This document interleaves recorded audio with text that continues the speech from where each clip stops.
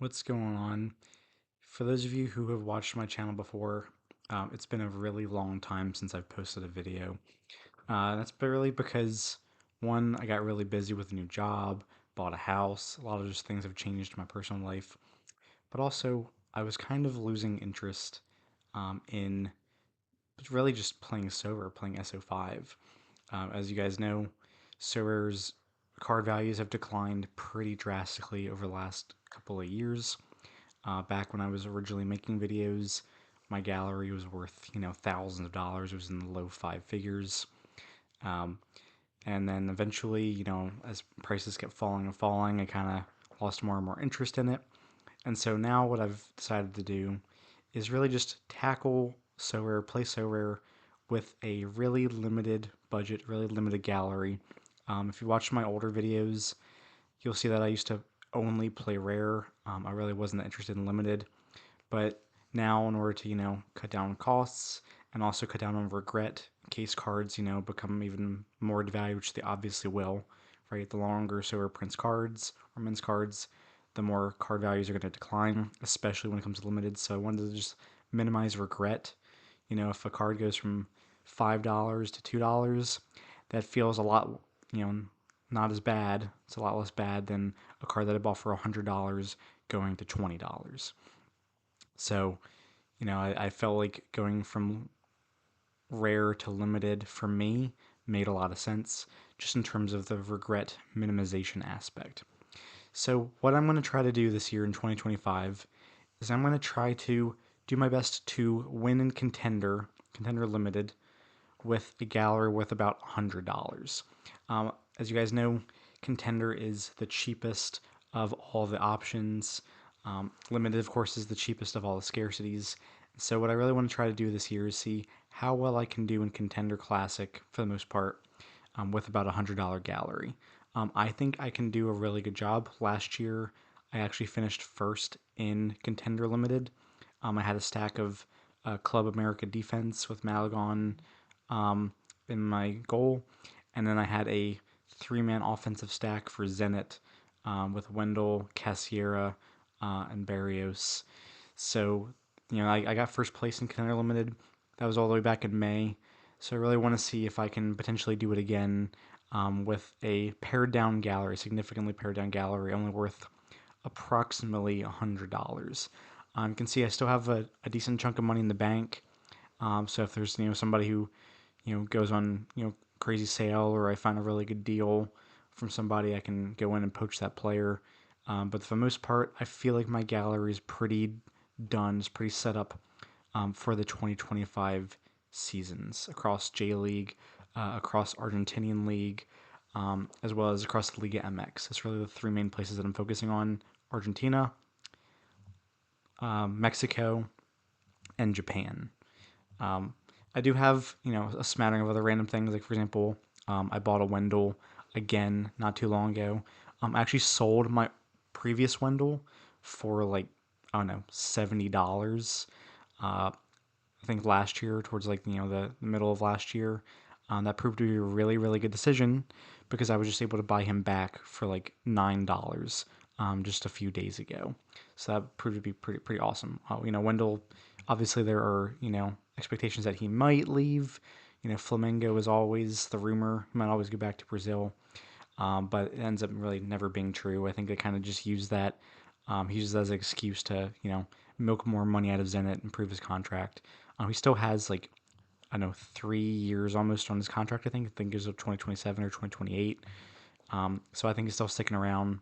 Zenit's still the best team in the league, still the most talented team in the league. So picking up a Wendell for $9 after selling him before for $70 or $80, pretty good deal on my part. So anyway, let me just quickly explain my strategy for this year. What I've done, I actually started doing this last year, is I built a couple solid collections. My biggest collection, my most successful collection last year was Vissel Kobe in the J League. Maikawa, really, really big stud. He's always on the Japan national team, doesn't necessarily start for them, but he generally makes it to the national team as part of those, three goalkeepers that they bring with them to national team games. Yamakawa and Tuller. Tuller's not part of this because it's a 2022 collection, and Tuller wasn't signed until last year. I think 2024 was the first time he got cards. But really, really solid defensive center back duo.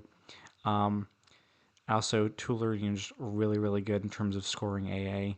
Yamakawa has actually been getting on the end of some decisive, some goals recently. He's kind of found some form scoring goals, getting forward. And then, just the really good offensive stack of Ogihara, Osako, and Muto. I mean, they were some of the league leaders in terms of offense. I think Muto actually won league MVP for 2024.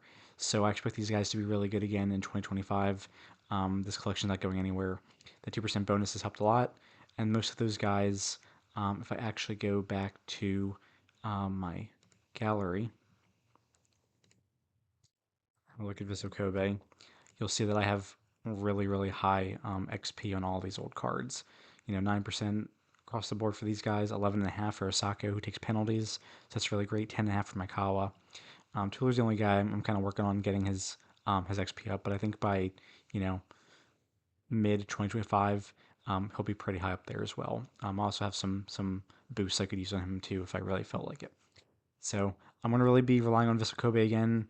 I had great success in 2024, and I'm just going to keep rolling this collection in the 2025 because I think they will again contend for the J League title.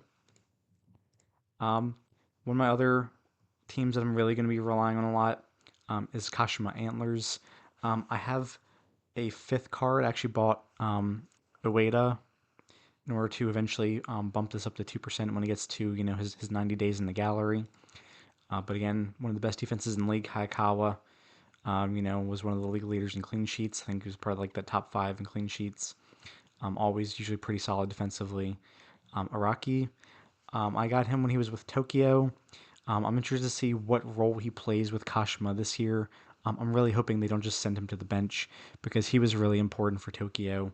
Kind of the focal point or the fulcrum of their attack with Tokyo. So I think if they can actually slot him into a starting job in Kashima, that would be really, really good for him and for me, obviously. Like I said, I bought Ayase Ueda. Obviously, he's not in the J League. He is with Feyenoord, I believe. But I mean, I bought him because one, super super cheap. He's been injured for a little while with Feyenoord, so his price plummeted, as do all limited cards when that player's injured for a while. Basically, drop to pennies on the dollar. So what I'm hoping is, not only will he boost my gallery to 2% once he hits the 90 days, but also when he returns to playing, when he's fit, his value will go up, and I'm hoping if I hold him long enough, he will actually return to Japan at some point. Maybe go back to Kashima, and that would be awesome for me because that means he would smash, and I could continue to use him in Contender. So that's kind of what my thinking is. I'm really going to be relying on these two stacks, Vissel Kobe stack, and Kashima Antler stack. I also have, obviously they're not part of, the 2021 collection, but I do have a Kai Chinen. I'm probably butchering that name, but I bought him. I'm hoping again he slots back into that midfield. He was, I think, in the best starting 11 in 2024 as a midfielder. So I'm hoping under the new coach, he just kind of leaves him where he's at because he was a really big, rock star for Kashima in the midfield in 2024. And then of course I also have Yuma Suzuki, the main focal point of the attack, the penalty taker. So across both this 2024 mini collection where they have 1%, and then my older Kashima collection, which will be at 2% after Ueda hits the 90-day threshold. I think I can have some weeks where I really smash with them and finish fairly high despite not having a super high collection bonus on any of the cards. Also, most of my Vissel Kobe, sorry, my Kashima cards that are older, again, really, really high XP. Araki, 10.5%. Sakawa, Hayakawa, and also I have Tsunemoto too. Again, he's at Servette in Switzerland, but he scores really, really well. There you can see an average of 60. So I've got some really high XP on these guys. So I'm not really worried about competing with other high XP collections or players because I think I have enough XP for it to for it to count when they smash. So those are my two big collections or stacks that I'm really going to be relying on once the J League season rolls around, which I think starts on February 14th on Valentine's Day. I think that's the first match of the season, so I have to wait about a month or so to really start utilizing what I think are my top two stacks, my top two teams. But if I look at the rest of my gallery too, you see that I kind of have a big smattering of a lot of things. Um, I built pretty recently a Necaxa stack. I have the 1 out of 100 D-Bear Kimbindo. He's not terribly great in terms of AA. He's got a pretty low ceiling. But Necaxa kind of seemed like the team that, on their day they can really smash. I mean, Paradella is incredible. Palavecino is really incredible too. I think just the last game against Pumas, both of them, I think Paradella scored 62 and Palavecino scored like 77 just on AA alone. So, I mean, on their day, I mean, those are guys who can easily hit 90 and 100 just a single decisive. So I bought Montez. I bought Insane for goalie because I figured I already have Cambindo. I've already got I already had Montez. Already had Paradell and Palavicino. Might as well get Insane and just go for it with a Necaxa stack, which hopefully once or twice during the season they blow the opposition away because again they do have a lot of offensive talent, a lot of offensive promise. So hoping just on their day a couple times across the season, I can finish really high with that stack as well. If you look at the other cards I picked up recently, I've bought a lot of cards in the last couple of weeks. I built a Gamba Osako collection. That should be about 2% once everybody reaches their 90-day collection bonus. Ichimori, I don't know why he's selling for so cheap. He's only like a couple of dollars. Because I mean, he was an all-star for them in goal. He should have, in my opinion, been goalie of the year. I can't remember quite who won goalie of the year, but it wasn't Ichimori. I don't know why. I think he was the best. Everybody just in terms of like pure goal stopping, in terms of number of clean sheets, just combined, he was just amazing. So I'm going to run a defensive stack of Ichimori and Nakatani again. Also bought Usami, not only for the collection bonus, but also because he just, he does everything for that team. He takes sets, penalties. He's the focal point of their attack. They're not a super high scoring team, but, hey, maybe that could change and they just go on a blitz. So I feel pretty good about my Gamba Osaka defense as well. Not going to be a super high collection bonus like the rest of them, but again, on their day, I think this team has a really high ceiling in terms of both Usami and as well as that defensive stack. Um, I have a Frontale collection as well going into 2025. I had this all through 2024. I really think Wakizaka is a pretty good, talented player. Tachibana, he kind of does everything for the team. It seems like he's really like does a lot of the grunt work. Last man tackles, clearances off the line, the occasional assist. They'll play him in midfield. They'll play him as a fullback or a wingback sometimes. So he has a pretty high ceiling, a pretty high A potential as well. I only had a Marcinho last year, which ended up being okay. He really has ups and downs. A lot of red cards last year, so I'm hoping that he can cut down on the red cards and the fouls. But just in case he runs into the same problem he had last year, I picked up a Shin Yamada. Really, really cheap. He's only like $1 for his limited, but he was like one of the league leading scorers last year. I think he had like 19 goals, which was I think he was tied third for goals in the league last year. Maybe a fluke, maybe a sign of things to come. Potential Golden Boot guy, who knows? But regardless, I wanted him on my team going into 2025. And then once my Miyashiro, who I also picked up, and once Yamada, hit their 90-day threshold, this will be a 2% collection bonus as well. I already have 8%, 9% on everybody that I had last year.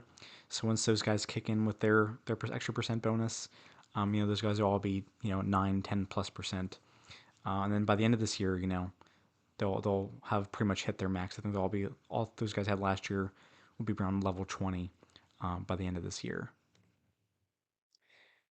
Let me show you some of the other cards I picked up out of kind of speculation, kind of me, playing the speculation game a little bit rather than the sure thing. I picked up a handful of Argentina cards. I've never really been a guy to dabble in Argentina, but I figured, Driussi, he is pushing really, really hard for a big, big move to either. I think he's pushing for River Plate, but he might actually end up at Estudiantes, which would be okay because one, he would be a bigger star at Estudiantes. He'd be like the big fish in the smaller pond, I think there. So it'd pretty much be like undroppable. Whereas maybe at River Plate there would be more rotation than at Estudiantes. But I also was able to get his forward card for like a little under $3. His midfielder card sells for a couple of bucks. So I kind of took advantage of a bot. I think I was able to grab this from bot. Bot didn't really know the difference between the forward and the midfielder card. So I'm hoping that if he plays the 10 roll at Estudiantes or River Plate, that he'll just absolutely smash his face off in 2025. Again, a little low on the XP, but I would expect to hold him for the long term unless I get like a really good deal. Something about me is I'm not married to any one card. If I'm able to sell a card for a pretty sizable profit, I will absolutely let him go.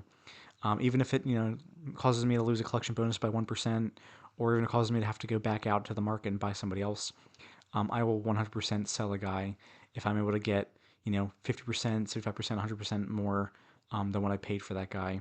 Just because I know limiteds, they eventually lose their value. They eventually trend to zero, and so I want to cash in on these guys when the opportunity presents itself.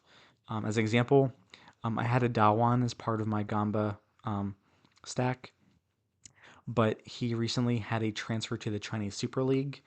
Obviously, like I don't know how much he's going to play there, how well he's going to play there.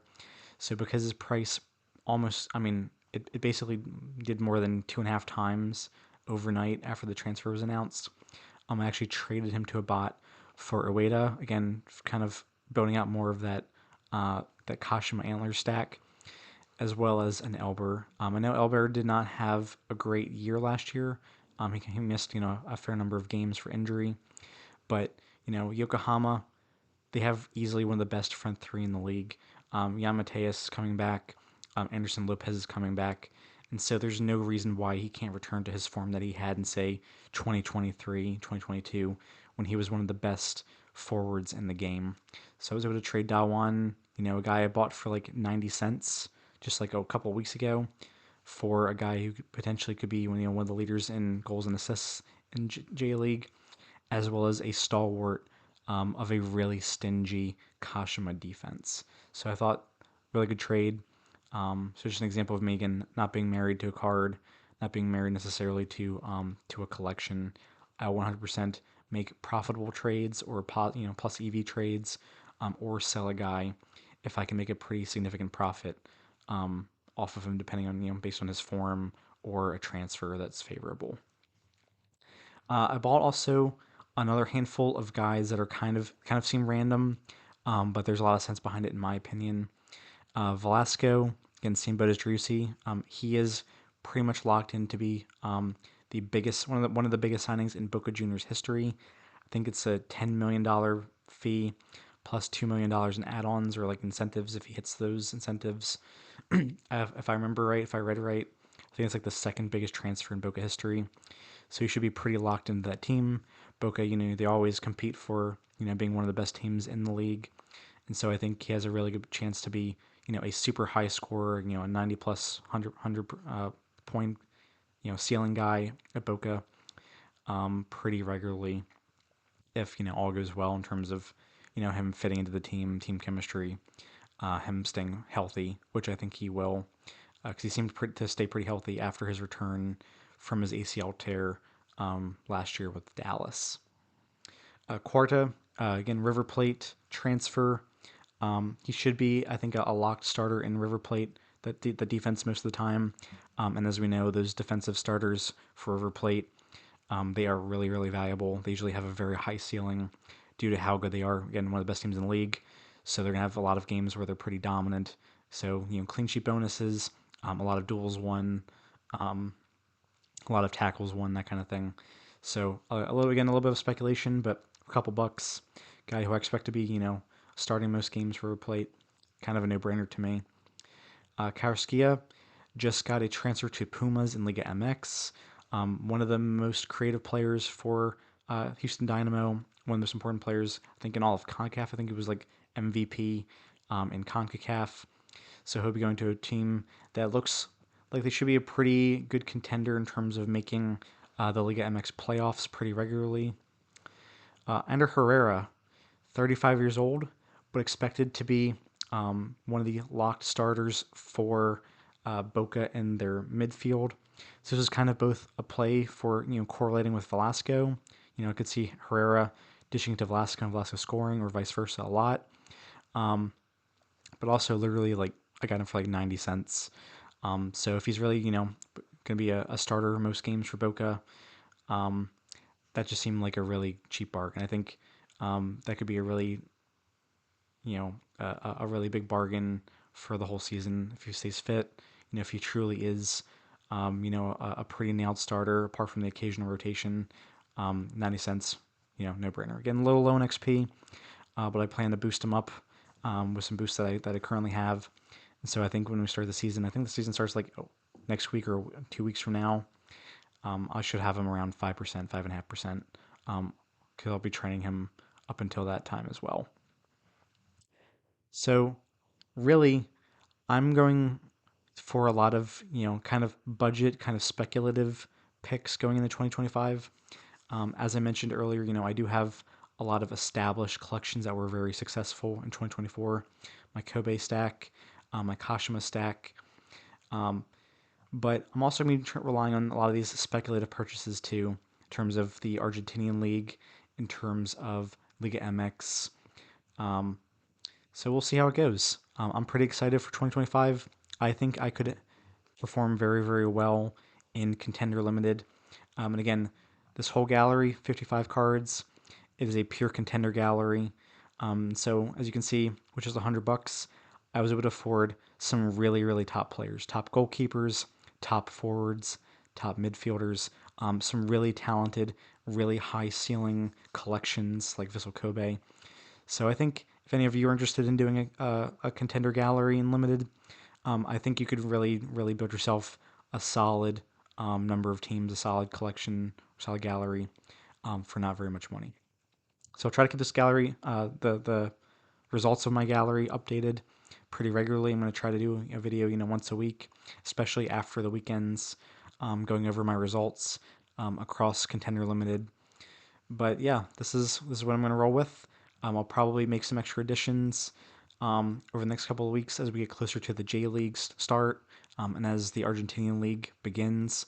But for the most part, this is what I plan to roll with throughout the year. So we'll see how well my $100 gallery can do.